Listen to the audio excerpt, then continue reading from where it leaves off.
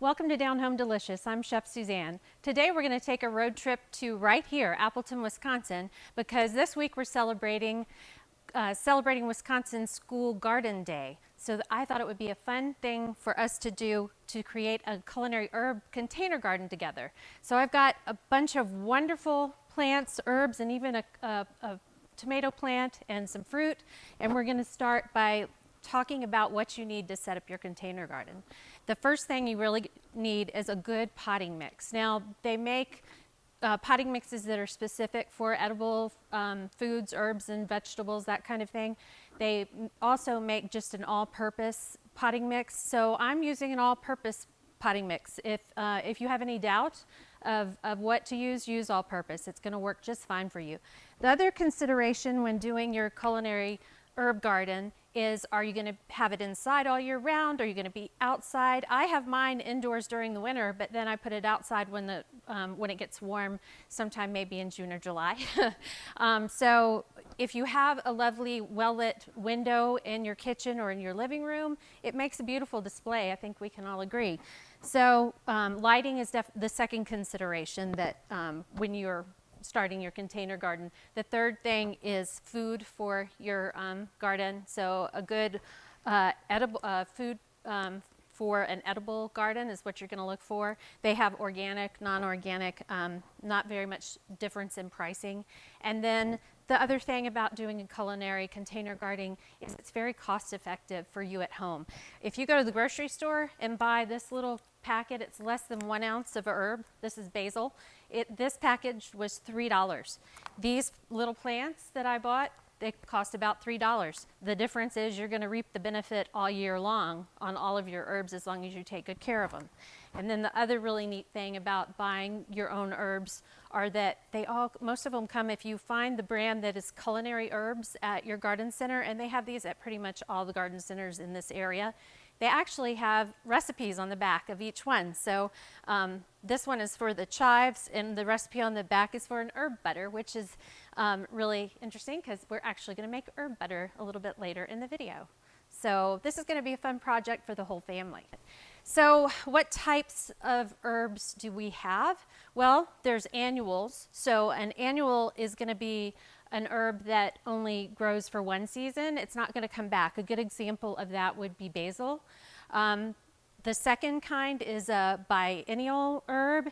Biennials they only last for 2 seasons and then they won't come back. And a good example of that is parsley. And I've got parsley over here that you can see. I've also got parsley in front that we're going to plant in just a couple minutes.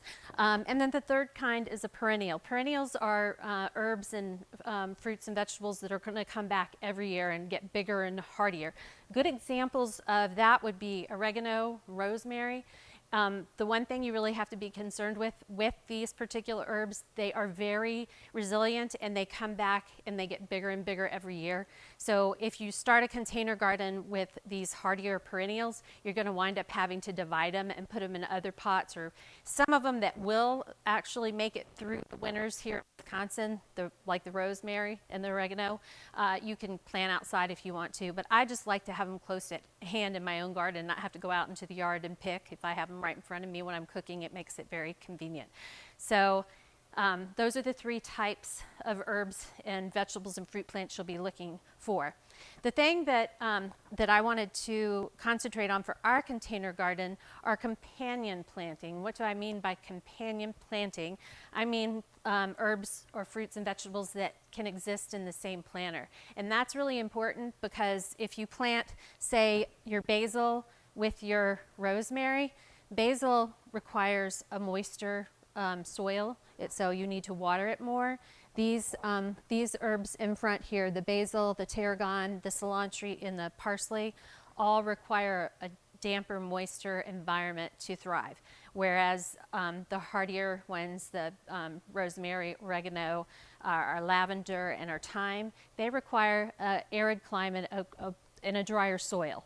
So you wouldn't want to put those 2 together because they wouldn't be able to exist. One or the other would die.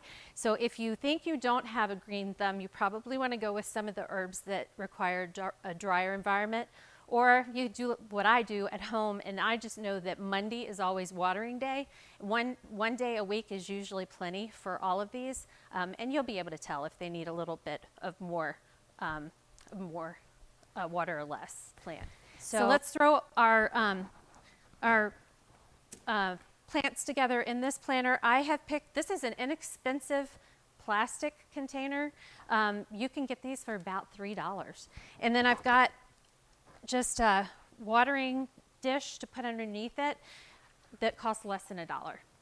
Now, sometimes when you buy these plastic containers, you'll find that they don't have holes on the bottom to drain, and this one did not when I bought it. So I just got a drill and drilled 4 holes in the bottom of it, so it's going to drain, because you don't want water to build up and hold in the bottom. It can make the plant get mildew or mold, so we don't want that. Then we've got our potting mix that, as I described earlier. I have a couple of planters here that actually are made of a biodegradable material. It's like a burlap sack for a plant.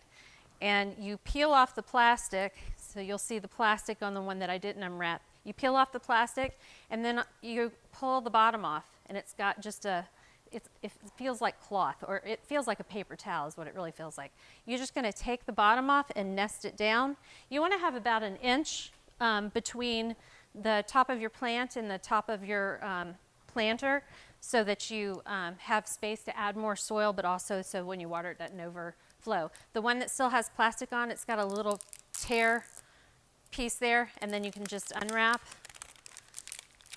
and discard that, and again discard the bottom. So this was our parsley, this is our basil, and this is a common sweet basil that you can find in pretty much in any of the gardening centers. There is also a basil that is a lemon basil. A lemon basil is actually a hybrid that was created by using American basil and a Japanese basil. So you want to gently pull the plant out of the container, and you'll see the root cluster in the bottom. When you start to plant, you want to take your hands and just pull it apart just a little bit to loosen the roots before you place it down, so that they can really take off down into the bottom. Okay, and then we're going to plant our tarragon. Again, a great herb to use in seafood dishes. Let me get rid of that. And we're going to loosen those roots a little bit. And I'm going to go ahead and scoop a little bit more of my soil in the bottom. So you would want to just get it to the level that you want, and then you'll fill in with the dirt around it until it's nice and snug in your container. Okay, now that we've talked about all these lovely herbs and the flavor profiles and how to plant them, let's make a dish. So we're going to make the herb butter. I discussed earlier how dill butter is great with salmon and other seafoods. I'm just doing a general herb butter here that could be used with a lot of things. So compound butter, this particular one could be used in for like pat butter on top of a steak, which if you go to a nice steakhouse, you'll see that very commonly. But also, you know, herb butters, it's really known as compound butter. They don't have to be savory, they can be sweet. So if you go to a bakery, they may be serving a honey butter with a spoon.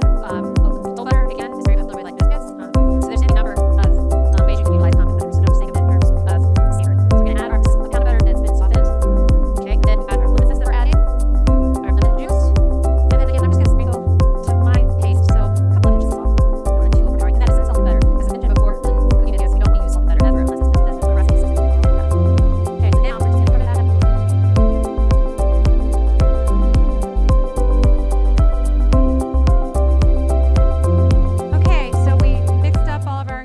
In the food processor. If you don't have a food processor at home, or you're a child and your parent isn't helping you with this, you can use a fork. Just make sure your butter is really room temperature, so very, very soft to be able to incorporate it. If it's not soft, you're going to need to use a food processor. So it's all blended together. You can see the beautiful bright green colors. I've got a piece of parchment paper underneath it, and then I've got a piece of plastic wrap underneath that, and that's all you need. So we're going to just roll this into the parchment paper. I'm going to roll it kind of back and forth a couple times, and I'm making it into a log shape. Again, you can just work back and forth, making it. So what you should be thinking in terms of size is that this is going to be a butter pat on top of, like we said, a steak or a piece of salmon. So you don't want a huge, well, you may want to put a huge pat of herb butter on top of your steak. It would certainly taste delicious. You could even use this herb butter in baked potatoes, any number of things. So after you get it to the size and shape that you want, then you're going to just continue to roll it like so. Just roll it up and then twist the ends of your parchment to seal it in there like so. Then you're going to take your saran wrap and go around it. Continue to roll it up and then twist the ends. Now you could tie the ends of this with butcher's twine to make sure it's airtight. You could put an extra layer of saran wrap just to make sure it is sealed. Then you can plop this in your refrigerator or put it in your freezer. If you refrigerate it, it'll be good for 2 months in your refrigerator. If you freeze it, it'll last 6 months. So every time you start to make a dish where you need your herb butter, just pull it out of the freezer and you'll have it ready to go. And how easy was that? So again, play around with it. You can even do roasted red pepper butter. There's a lot of things that you can do. So I hope you've enjoyed hearing about how to make a container garden today. The whole bottom line with being able to do these fresh herbs and even vegetables and fruits is it's really a way to step up your game in the kitchen. It's amazing the difference fresh herbs make in any dish. So I hope you'll give it a try. Thank you for joining us again today. And if you want to see the recipe, just go to our website at foodservice.aasd.k12.wi.us/discovery_kitchen. Thanks again. Have a great day.